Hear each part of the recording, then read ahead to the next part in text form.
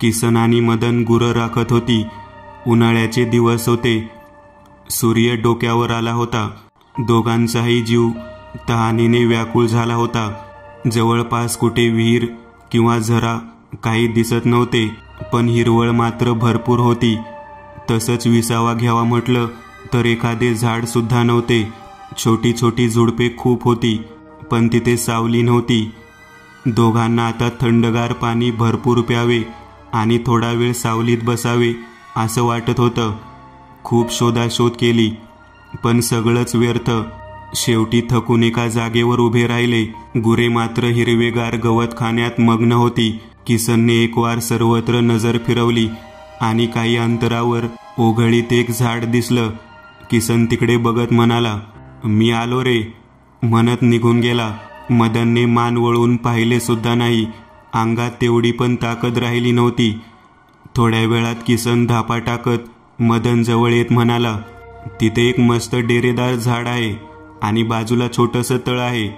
आपणही पाणी पिऊ आणि सगळी जनावरेही पाणी पितील. हे ऐकून जणू घबाड सापडल्यासारखं चेहऱ्यावर आनंदाने हसू आणून मदन चल चल म्हणत पळत सुटला. तळ छोटंच होतं, पण पाणी मात्र स्वच्छ होतं. दोघांनी मग मनसोक्त पाणी पिऊन चेहऱ्यावर पाणी मारलं. आता कुठे थोडंसं बरं वाटत होतं. मदन मात्र पाण्यातच डोक्यावर पाणी मारत हातपाय भिजवत उभा होता. किसनने सगळी गुरं पाणी पाजण्यासाठी घेऊन आला. उन्हामुळे गुरेही पाणी पिल्यानंतर तिथेच डुंबायला लागली. तळ्याच्या आसपास खायला फिरायला लागली. ते पाहून किसन, चल रे सावलीत बसू, असं म्हणत बाहेर आला. किसनच्या बोलण्याने मदन झाडाखाली येऊन टॉवेलने हातपाय पुसत म्हणाला, बरं वाटलं आता? हो रे, किती वेळ शोधत होतो रे सावली, पण हे झाड कसं काय दिसलं नाही आपल्याला काय माहीत. आपण शोधून शोधून थकलो होतो म्हणून कदाचित दिसलं नसेल. जाऊ दे, नको विचार करू, असं म्हणत मदन हातातल्या टॉवेलची गुंडाळी करून उशाला घेऊन त्यावर डोके ठेवून आडवा झाला. किसन पण त्याच्या बाजूला आडवा झाला. झाड डेरेदार होतं. थोडंही ऊन आत येत नव्हतं. वातावरण एकदम थंड होतं. वाऱ्याची एक झुळूक आली की खूपच छान वाटत होतं. बघता बघता दोघांचा डोळा कधी लागला हे त्यांना कळलंच नाही. किसनला कसला तरी घाणेरडा वास आला, म्हणून अर्धवट किलकिले डोळे करून आजूबाजूला पाहिले तर काय, तो ओसाड माळरानावर झोपला होता आणि मदन पूर्ण चिखलात बरबटलेल्या अवस्थेत झोपला होता. त्याने स्वतःकडे पाहिलं तर तोही चिखलात बरबटलेला होता आणि शेजारी एक म्हातारी डोळे मिटून तोंडानं काहीतरी पुटपुटत बसली होती. तिचे पांढरे शुभ्र केस, काळा कुट्ट विचित्र चेहरा आणि हातात कोणाचं तरी मुंडकं होतं आणि त्यातून रक्ताचे थेंब पडत होते. ते किसनचेच मुंडके होते. हे पाहून सर्व ताकदीनिशी किसनने, मदन उठ, असा ओरडतच झोपेतून उठला. तो घामाने पूर्ण ओलाचिंब झाला होता. त्याच्या ओरडण्याने मदन पटकन उठून किसनच्या जवळ आला. काय झालं किशा, स्वप्न पाहिलंस का, असं म्हणत त्याचा हात धरला. किसनने सर्वत्र पाहिले तर हिरवगार गवत होतं. स्वतःच्या अंगावरून हात फिरवून पाहिले. अंगाला कुठेही चिखल नव्हता की अंगाला घाणेरडा वास येत नव्हता. मदनच्याही अंगाला चिखल नव्हता. मग त्याने शेजारी कुणी बसलं होतं का ते पाहिले आणि किसनची बोबडी वळली, कारण बाजूला रक्ताचे थेंब पडले होते. चल चल लवकर इथून मदन, म्हणत किशन वाटेला लागला. मदनला काही कळलं नाही हा असं का करत आहे. मग सर्व गुरांना एकत्र करून दोघेही आपापल्या घरी निघून गेले. किसन लवकर घरी आलेला पाहून तात्यांनी विचारले, आज लवकर घरी आलास, काय झालं? कशी तरी गुरं दावणीला बांधून. काही नाही तात्या, म्हणत येऊन किसन चटईवर आडवा झाला. तात्या कुऱ्हाडीला धार लावत बसले होते. आल्या आल्या किसन झोपलेला बघून तात्या किसनजवळ आले. अंगाला हात लावला आणि त्यांच्या हाताला चटका बसला.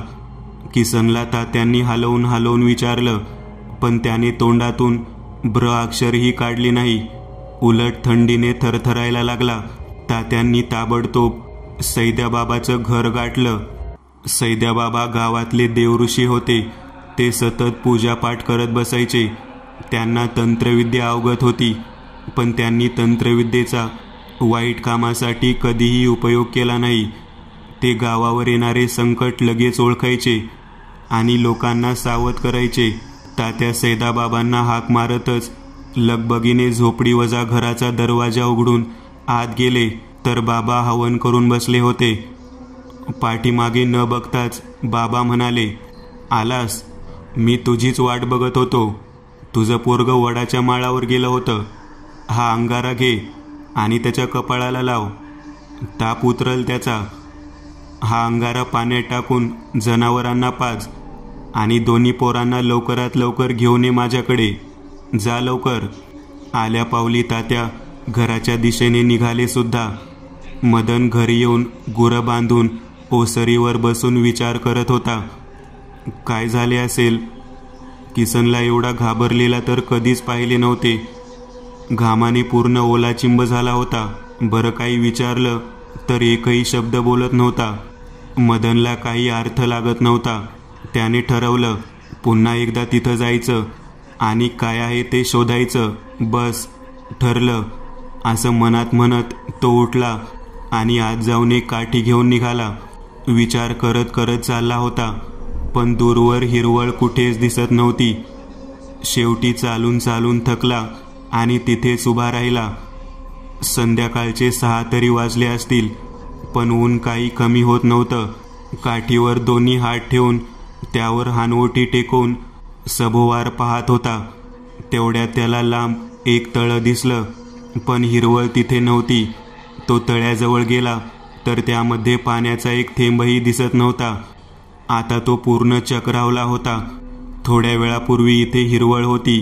तळ्यामध्ये पाणी होतं. त्या पाण्यामध्ये मी स्वतः हातपाय धुतले. म्हैशी पाणी पित असताना मी माझ्या डोळ्यांनी पाहिलं. मी आणि किसन, आम्ही दोघांनी पाणी पिलं. आणि आता इथं पाणी तर सोडा, पण साधं ओलं सुद्धा नाही आहे. इथेच एक उंच डेरेदार झाड होतं. आता तेही इथं नाही. हे काय चाललंय माझ्यासोबत? तो तसाच इकडे तिकडे फिरू लागला. त्याला काही समजत नव्हतं. विचार करण्याची कुवतच संपली होती. तो अगदी सैरभैर झाला होता. हळूहळू अंधार पडायला लागला होता. विचार करून करून डोके सुन्न झाले होते. अशा वेळेला तिथं माणूसच काय, पण एखादा प्राणी किंवा पक्षीही दिसत नव्हता. अशा उजाड ओसाड जागेवर कोण कशाला येईल? पण एक तरुणी मात्र मनमुराद आनंद लुटत येताना मदनला दिसली. बहुधा ही या गावामध्ये नवीन आली असावी. 20-22 वयाची ती तरुणी दिसायला सुंदर होती. सडपातळ बांधा, लांब सडक वेणी, वेणीला घुंपलेला गजरा, तिचे बोलके डोळे, सरळ नाक, मध्यम ओठ आणि उंच कपाळ, गोरा वर्ण, सफेद साडीमध्ये तर अगदी अप्सरा जणू. ती सभोवार बघण्यात एवढी गुंग झाली होती की तिला मदन जवळ आलेलाही कळलं नाही. मदनने विचारलं, कोण तू? इथं काय करतेस? अंधार पडायच्या अगोदर जा इथून. नवीन आहेस का?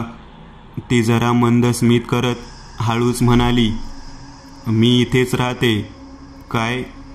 मदन जवळजवळ जोरात ओरडलाच. नाही नाही, तसं नाही. म्हणजे मी या गावचीच आहे. फक्त तू आज पाहिलंस मला, पण मी मात्र रोज पाहते तुला. असं म्हणत लाजून हळूच हसली. सौंदर्याची कमी म्हणून की काय, एक सुंदर खळी तिच्या गालावर पडली आणि मदन स्वतःला हरवून गेला. आतापर्यंतही कशी आपल्याला दिसली नाही. हिने इतके दिवस आपलं सौंदर्य कुठे लपवून ठेवलं होतं? किसनही हिच्याविषयी कधी बोलला नाही. तो क्षणभर इथे कशासाठी आला होता हे विसरून गेला.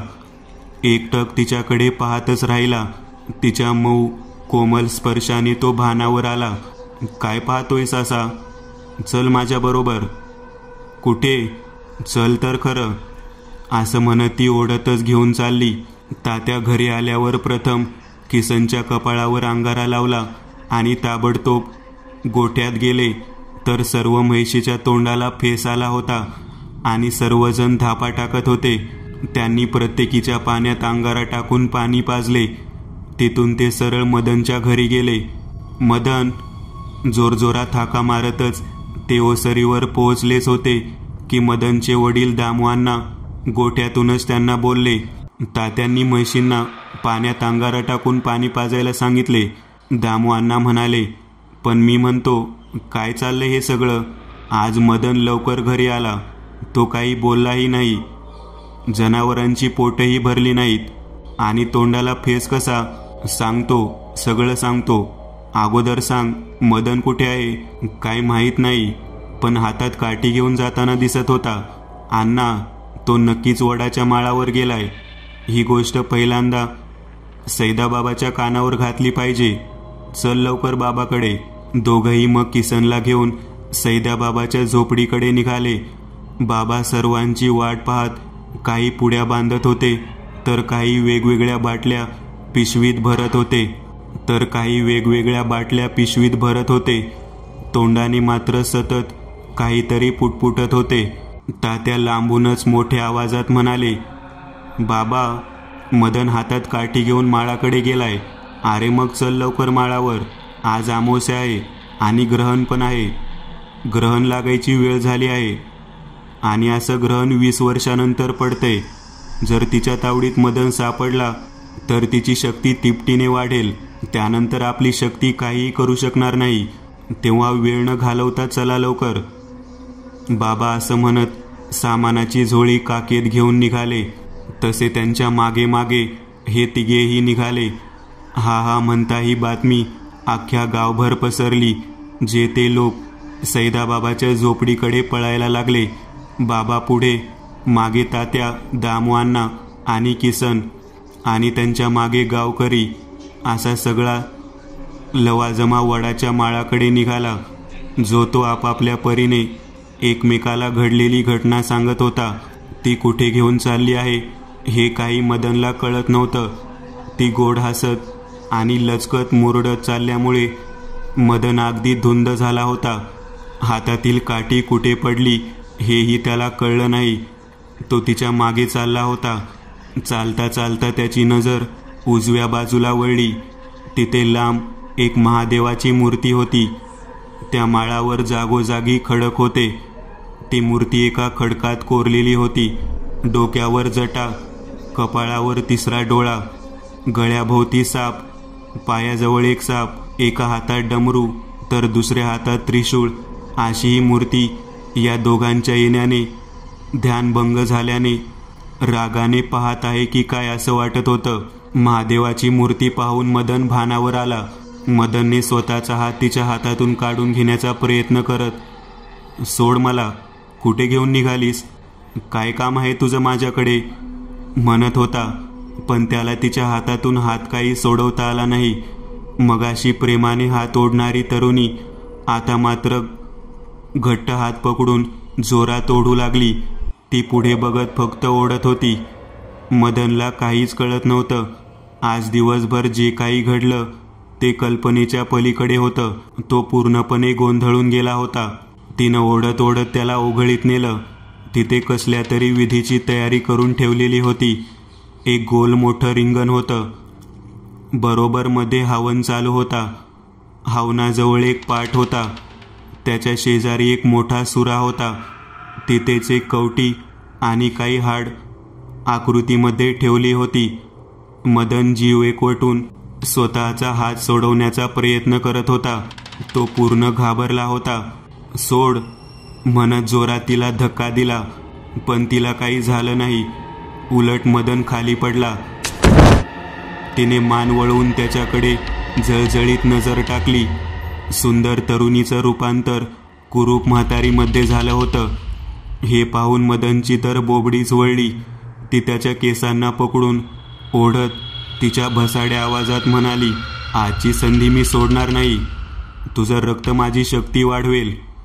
त्यामुळे मी सैदाबाबाची शक्ती नष्ट करून त्याचा आणि गावाचा बदला घेईन. आणि त्याला रिंगणात ढकलण्याचा प्रयत्न करू लागली. मदनने बरोबर ओळखले होते की रिंगणात गेल्यावर ही मला मारण्यात यशस्वी होईल. ती मला बाहेर काही मारू शकत नाही.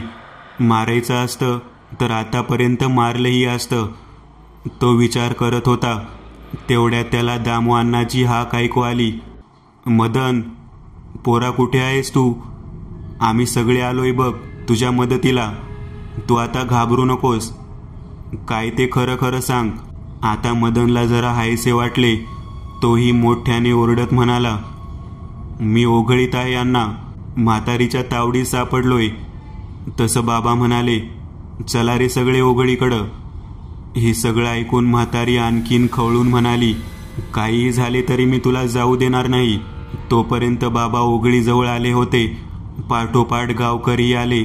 बाबा म्हणाले, नर्मदे, सोड त्या पोराला. काय बिघडवले त्यानं तुझं?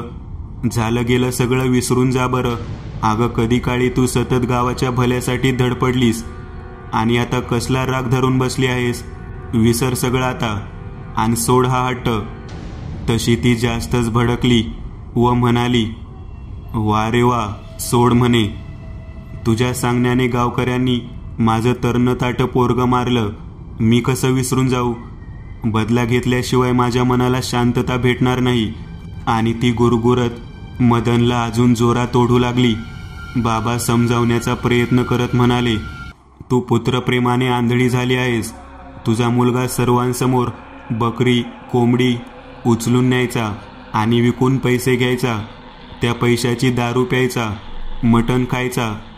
तरी त्याला कोणी काहीही बोलत नव्हतं. ते फक्त तुझ्यासाठी. उभ्या पिकातील त्याला घेता येईल तेवढं धान्य घेऊन बाकीच्या पिकाची नासधूस करायचा. तरीही कोणी काही बोललं नाही. पण जेव्हा पोरीबाळींच्या इज्जतीला धक्का लागला तेव्हा मात्र गप्प बसणं अशक्य होतं ग. तुला तो बोलेल तेच खरं वाटत होतं. तो समजावून सांगण्याच्या पलीकडे गेला होता ग. त्याला भीती वाटावी म्हणून मुद्दामच जयसिंगला भाला आणायला सांगितला. पण त्या झटापटीत तुझ्या मुलाला भाला लागला. त्यात कोणाची चूक नव्हती. तू राग विसर आणि शरण ये. मी तुला मुक्ती मिळवून देईन. पण तिच्या रागाचा पारा चढला होता. तिने मदनच्या पायाचा लचका तोडला. हे पाहून बाबांनी झोळीतून मुठभर अंगारा काढला आणि तोंडापाशी आणून काहीतरी पुटपुटत तो अंगारा तिच्या दिशेने फेकला. तसा तिच्या हाताची पकड सुटली आणि ती बाजूला फेकली गेली. मदन उठून पळणार तोच तिने मोठी झेप घेतली. मदनचा हात पकडणार होती पण ती पुन्हा खाली पडली. अंगातील शर्टने जखम बांध मदन. रक्ताचा थेंबही खाली पडू देऊ नकोस. बाबा मदनला म्हणाले, आता योग्य तो इलाज करणं गरजेचं होतं. कारण तिच्या जिभेला रक्त लागलं होतं. जसजसं ती रक्त पीत जाईल तसतसं तिची शक्ती वाढत जाणार होती. म्हणून बाबांनी किसनला महादेवाच्या हातातील त्रिशूळ आणायला सांगितले.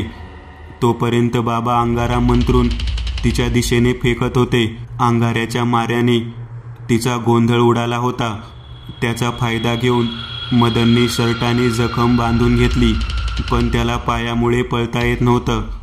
तो पाय सरकवत तिथून सटकण्याचा प्रयत्न करत होता.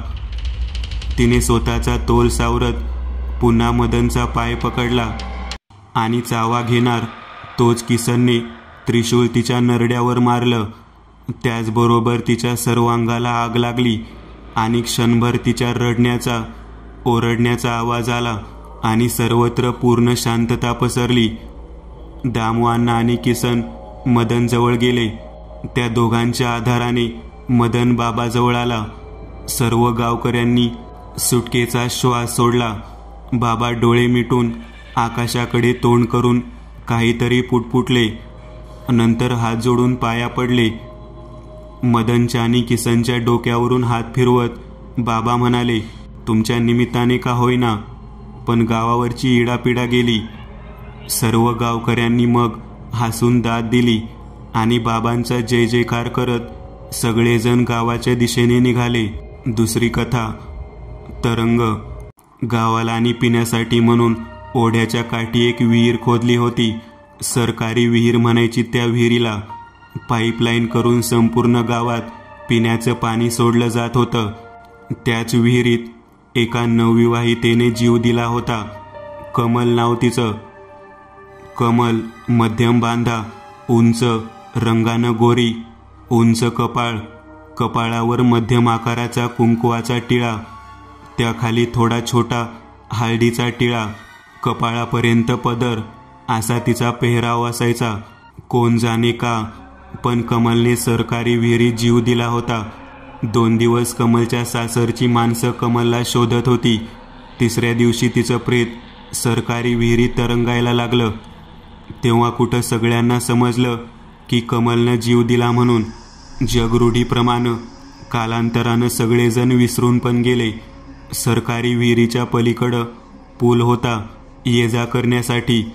काही महिने गेल्यानंतर लोक कुजबुजायला लागली की कमल विहिरीजवळ दिसते म्हणून. आता दिवसेंदिवस लोकांना कमल दिसण्याचं प्रमाण वाढलं होतं. कोण म्हणायचं अमावास्या पौर्णिमेला रस्त्यावर फिरताना दिसते, कोण म्हणायचं विहिरीच्या काठावर बसून पाण्यात पाय सोडून हलवत बसते. तरुण मुलं रात्री पलीकडच्या गावात पिक्चर बघायला जायची. ती मुलं परत पूल ओलांडून डगर चढताना मागे राहणाऱ्या मुलाची सायकल मागे ओढायची. कधी कधी तर सायकलवर बसलेली दिसायची. अशा एक ना अनेक किस्से ऐकायला मिळायचे. मी मात्र ऐकायचे आणि सोडून द्यायचे. एक वेळ असं झालं, पाईपलाईनमध्ये बिघड झाल्यानं नळाला पाणी यायचं बंद झालं होतं. त्यामुळं पुन्हा हंडे कळशा घेऊन पाणी भरण्यासाठी जावं लागू लागलं. ते नेमके उन्हाळ्याचे दिवस होते. मग बरीच लोक सकाळी ऊन व्हायच्या आधी नाहीतर ऊन कमी झाल्यानंतर तरी पाणी भरायला जायचे. ज्याला जिथलं पाणी भरणं सोयीचं व्हायचं ते तिथलं पाणी भरायचे. गावाच्या वरच्या साईडची लोक पुलाच्या पलीकडं खाजगी विहिरीचं पाणी भरायचे. उन्हाळा असल्यामुळं गावातील सगळ्याच विहिरीतलं पाणी बरंच खाली गेलं होतं. पण सरकारी विहिरीत मात्र जमीन लेवलला पाणी होतं. अगदी सहज पाणी हाताला येईल असं. पण त्या विहिरीतील पाणी कोणी आणायचं नाही. साधं विहिरीजवळही कोणी पुरुष मंडळी सुद्धा जायची नाहीत. मग बायकांचा तर विषयच सोडा. खाजगी विहिरीत खाली खोल उतरून पाणी काढतील सगळी. पण अगदी वर पाणी असलं सरकारी विहिरीत तरी कोणी पाणी काढणार नाही. एकदम भीती होती कमलची सर्वांना. आम्ही पण 3घी बहिणी पाणी भरण्यासाठी जायचो पुलाच्या पलीकडं. पण ओढ्यातच एक विहीर होती. तिला पायऱ्या अगदी सोप्या होत्या.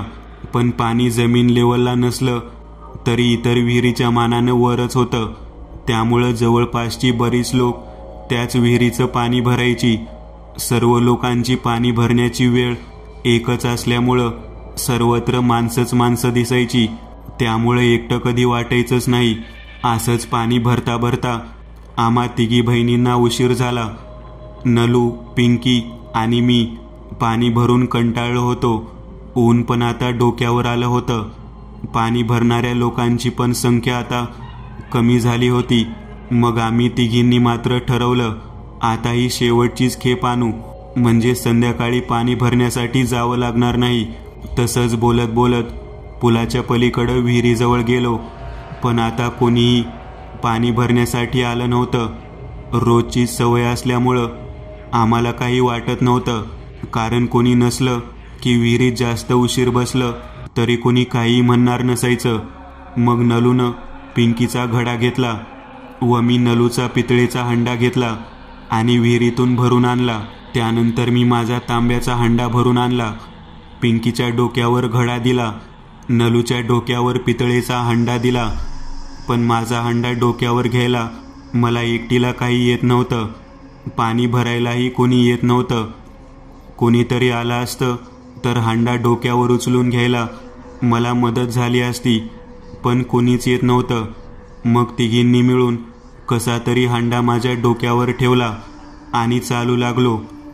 तोपर्यंत बराच उशीर झाला होता. पटपट पूल ओलांडून डगर चढून वर येत होतो. तेवढ्यात पिंकीनं घडा पाडला. घडा पडलेला पाहिल्यावर मला खूप राग आला. कारण एकतर उशीर झाला होता, घर तरी अजून खूप लांब होतं. मोकळा घडा घरी घेऊन गेलो तर फटके मिळाले असते आणि पुन्हा एवढ्या लांब विहिरीतून खाली उतरून पाणी घेऊन येणं माझ्या जीवावर आलं होतं. तुझा घडा तूच भरून आण असं म्हणू शकत नव्हते, कारण ती लहान होती. तिला अजून आम्ही विहिरीत उतरू देत नव्हतो. त्यामुळे माझा रागाचा पारा जरा जास्त चढला होता. मी मोठी असल्यामुळं नलूला पण तू घडा भरून आण म्हणू शकत नव्हते. रागातच मी माझ्या डोक्यावरचा हंडा खाली आपटला आणि पिंकीला शिव्या घालू लागले. मी नलूला घरी जायला सांगितलं, कारण ती तिचा हंडा घेऊन उभी राहू शकत नव्हती. पिंकीला हंड्याजवळ थांबवून मी घडा घेऊन भरून आणण्यासाठी एकटीच निघाले. उंच डगरावर उभं राहिल्यावर सरकारी विहिरीपासून ते पूल व ती खाजगी विहीर सगळं दिसत होतं. दूरपर्यंत कोणीही नव्हतं, त्यामुळं पिंकीला ऐकायला येईल अशा आवाजात मी पिंकीला शिव्या घालत चालले होते. थोडं चालून पुढे गेले आणि माझं लक्ष सरकारी विहिरीकडे गेलं. मनात म्हटलं, पुलाच्या पलीकडील विहिरीकडे जाण्यापेक्षा जवळच्या जवळ सरकारी विहिरीतूनच घडा भरून आणावा. आणि पाणी पण वरच आहे. इथं बघणार कोणीच नसल्यामुळे कोण ओरडणार पण नाही. आणि आपोआपच माझे पाय सरकारी विहिरीकडे जायला वळले सुद्धा. माणसाला अतिशय राग येतो तेव्हा भीती औषधाला सुद्धा शिल्लक नसते. नेमकं तसंच झालं माझं. विहिरीत जमीन लेवलला पाणी होतं. भोवती संरक्षण कट्टा होता. रस्त्याच्या समोर विहिरीत एक व्यक्ती जाईल एवढाच कट्टा बांधला नव्हता, कारण तिथंच एक उभी फळी ठेवली होती. त्या फळीवर पाणी काढण्यासाठी मोटर ठेवलेली असायची, पण आता ती मोटार बिघडली असल्यामुळं दुरुस्तीला नेली होती. विहिरीचं व मोटारीचं काही सामान ठेवण्यासाठी एक छोटी पत्र्याची खोली तिथंच पुढं बांधली होती. रागारागात झपझप पावलं टाकत मी विहिरीत पत्र्याच्या खोलीच्या मागं गेले. फळीवर पाय ठेवून घडा भरण्यासाठी खाली वाकले. घडा हलवून वरचं पाणी बाजूला सारून त्यानंतर स्वच्छ पाण्याने घडा भरून घ्यायचा आणि इथनं निघायचं. पण मी पाण्यात सभोवार पाहिलं. पाणी हलवण्यानं उठणारे तरंग बघून क्षणभर एवढं छान वाटलं की मी ते शब्दात सांगूच शकत नाही. मी बराच वेळ तशीच घडा हलवत बसले. मी रागावले आहे याचंही भान मला राहिलं नव्हतं. पूर्ण विहिरीतले तरंग बघत बघत फळीपर्यंत बघत आले आणि मला कळलं मागे कोणीतरी आहे. पटकन घडा भरला आणि घरकन माघारी वळले तर एक बाई मोठीच्या मोठी घागर घेऊन उभी होती. तिनं घागर अशी धरली होती की तिचं तोंड काही केल्या दिसत नव्हतं. ती घागर दोन्ही कट्ट्याच्या मध्ये बसत नव्हती, एवढी मोठी घागर होती. जरी तोंड दिसत नसलं तरी तिचं थोडं कपाळ, एक डोळा एवढंच दिसत होतं. माझा राग आणखी वाढला. मी चढ्या आवाजातच ओरडले, वाट सोडा माझी. ती बाई म्हणाली, घागर भरून दे माझी. आता मात्र मला खूपच राग आला, कारण मी लहान, अंगापिंडानं बारीक आणि ही बाई म्हणते घागर भरून दे. कोणालाही राग येईल अशा वागण्याचा. मी आणखीनच रागात म्हटलं, तुझं तुला भरून घेता येत नाही का? लाज नाही का वाटत? लहान मुलीला घागर भरायला सांगतेस. पुरुष माणूस सुद्धा येत नाही या विहिरीत पाणी भरायला, आणि तू आली सोय घागर घेऊन. चल हो बाजूला, बरी हीच विहीर दिसली तुला मरायला. बाई चटकन बाजूला झाली. मी बडबडतच ओढ्यातनं वर रस्त्यावर आले. डगर चढून पिंकीजवळ आले. चुंबळ करून पिंकीच्या डोक्यावर घडा दिला आणि रागातच म्हणाले, जर आता घडा पडला तर तुझी काही खैर नाही. माझा हंडा डोक्यावर घ्यायचा होता तेव्हा लक्षात आलं पाणी भरण्यासाठी गेलेली बाई येईल वर. चुंबळ करत करत सरकारी विहिरीकडे बघितलं तर कुणीच दिसलं नाही. मग मनात म्हटलं, गेली असेल खाजगी विहिरीकडे. पण लगेच काही जाऊ शकत नव्हती आणि कुठं दिसतही नव्हती. दोघींनी कसा तरी हंडा माझ्या डोक्यावर ठेवला. पिंकी चालायला लागली, पण मी थांबून ती बाई कुठे दिसते का ते पाहत होते. पण ती बाई काही केल्या दिसत नव्हती. मग मी पण पिंकीच्या पाठोपाठ चालू लागले. चालताना सारखं मागे वळून बघत होते, पण बाई काही दिसत नव्हती. 2-3 दिवसानंतर जेव्हा मला हा प्रसंग आठवला तेव्हा ते तिचं थोडंसं दिसलेलं कपाळ आणि एक डोळा याची आठवण झाली आणि आता मला कळलं, हो, ती कमलच होती.